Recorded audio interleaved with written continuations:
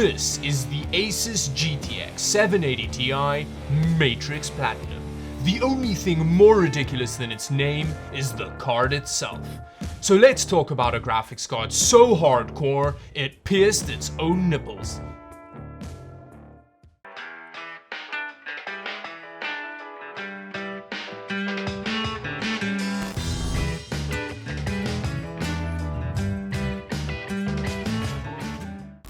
I'm gonna be honest with you here. I was a little bit aroused when I saw one of these for sale on Craigslist in my local area in pristine condition.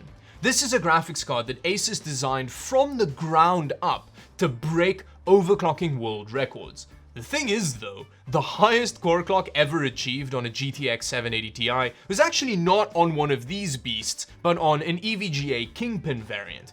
Which is a little bit embarrassing for Asus, but it's still a badass card. It's got Matrix in the name, so it has to be good.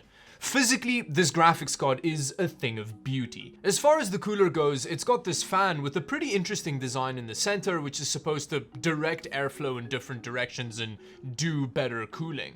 The heatsink is actually painted black, which is not only the coolest color, but I've actually never seen that on a graphics card heatsink before, and I think it's a really nice touch. It looks very good.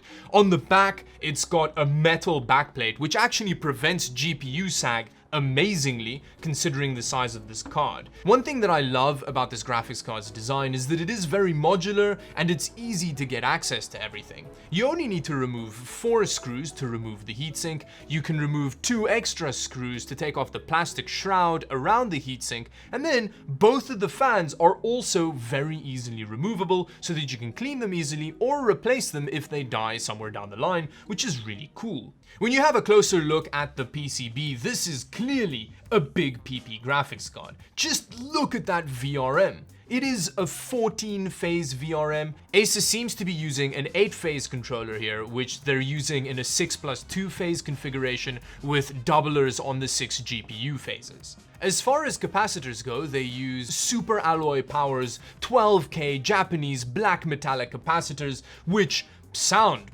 pretty impressive. It's also got concrete core chokes and a bunch of other very high quality components to have the maximum overclocking capability. When moving over to the front of the graphics card, there's also quite a lot going on here. You have a Molex power connector, which could provide supplemental power if the 2 8-pins isn't enough, or it may also be for the memory defroster that's built in, which pretty much eliminates cold bugs and is really good for LN2 overclocking. There's a safe mode button, which is essentially like a hard button for a VBIOS reset, which again is useful for overclocking, and then it also has some voltage read points. Supposedly, Asus also hand-picked the GPUs for these cards just for maximum overclocking headroom. If none of this means anything to you, basically, shit's dope. After tearing the graphics card down, I did give it a good clean. I did repaste it and put new thermal pads under the VRM cooling. All of this was so easy to do, it's like the opposite of a Founders Edition graphics card. After having a look at the build quality of this graphics card, it's clear that it's a big middle finger to compromise. The thing is though, Nvidia did kind of sneak in their tendrils of compromise with this graphics card. It only has 3 gigs of DDR5 video memory, which by today's standards is very little, and even when it was launched wasn't that much. And it's all a bit suspicious, considering the fact that there was actually a 6 gig version of the GTX 780. Now, it could have been argued that Nvidia didn't release a 6 gig version of the 780 Ti because that could potentially have cannibalized their Titan sales. So even though Asus tried their little hearts out, there's still a bit of compromise. Now that we've finished looking at the graphics card going, let's see how it performs in modern titles. Now I'm gonna do my standard test suite of games, but I have dropped in a couple of more demanding modern titles to see how this card handles them.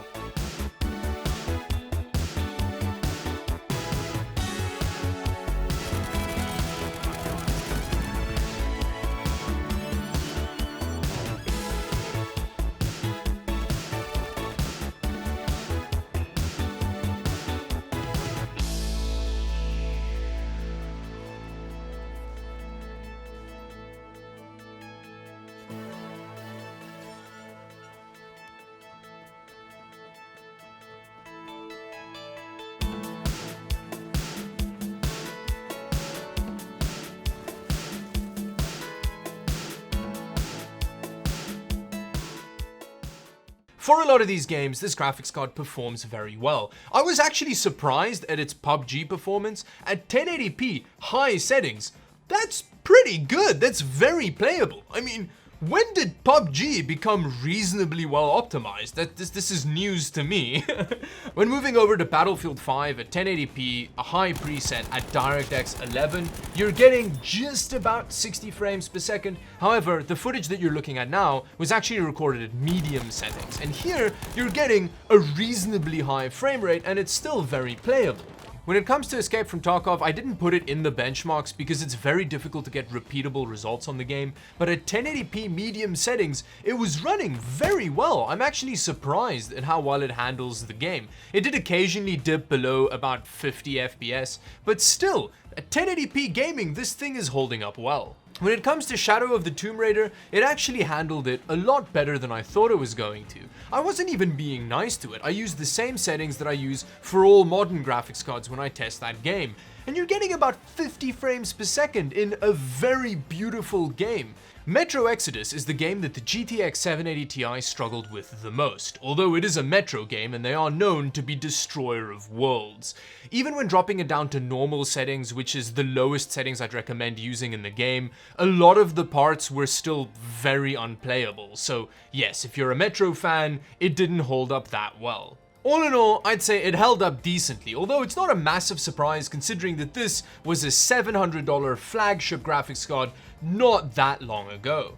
Now that we've had a look at the stock out-of-the-box gaming performance you get from this card in 2020, let's see how much we can overclock it by, considering that that is literally the entire reason it exists.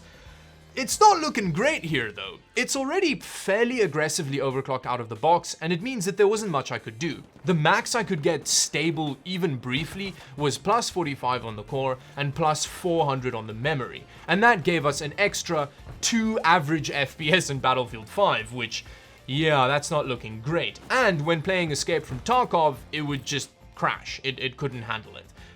Yeah, so this testament to overclocking Behemoth 3 can't really overclock that well, but I think that has a lot to do with the cooler and thermal issues. If you put an LN2 pot on here, you could get a pretty substantial overclock. Let me know if you want me to do a follow-up video where I attach like an ice-cooled AIO to this bad boy and see how much extra headroom we can get out of it, because I mean, yeah, the air cooler I think is the big limiting factor here at the moment. When it comes to value for money just for GTX 780 Ti's in general, let me know what you think in the comment section below. I paid 150 Canadian dollars for this card, which is about 110 USD. I was looking on Craigslist and the lower end of buy it now prices for 780 Ti's was at about 200 Canadian dollars, which translates to around 150 USD.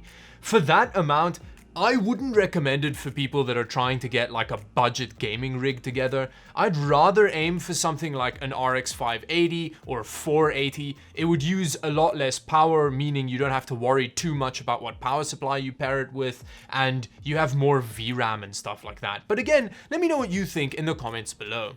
In conclusion, I really like this graphics card. I think it is beautifully made. I love the attention to detail on the PCB and the cooler and all of that. And yeah, I would actually really like to check out like a modern Asus Matrix Platinum card. There is a 2080 Ti version of this, but I'd be more interested in the next generation Matrix Platinum. Maybe one day I can get my hands on one of those 10 years down the line, again, for $110 US. But yeah, awesome graphics card. Thank you very much for watching. If you enjoyed this video, like and subscribe to the channel. Check out my stream later today. And yeah, I hope you have a nice weekend. Until the next video, bye-bye.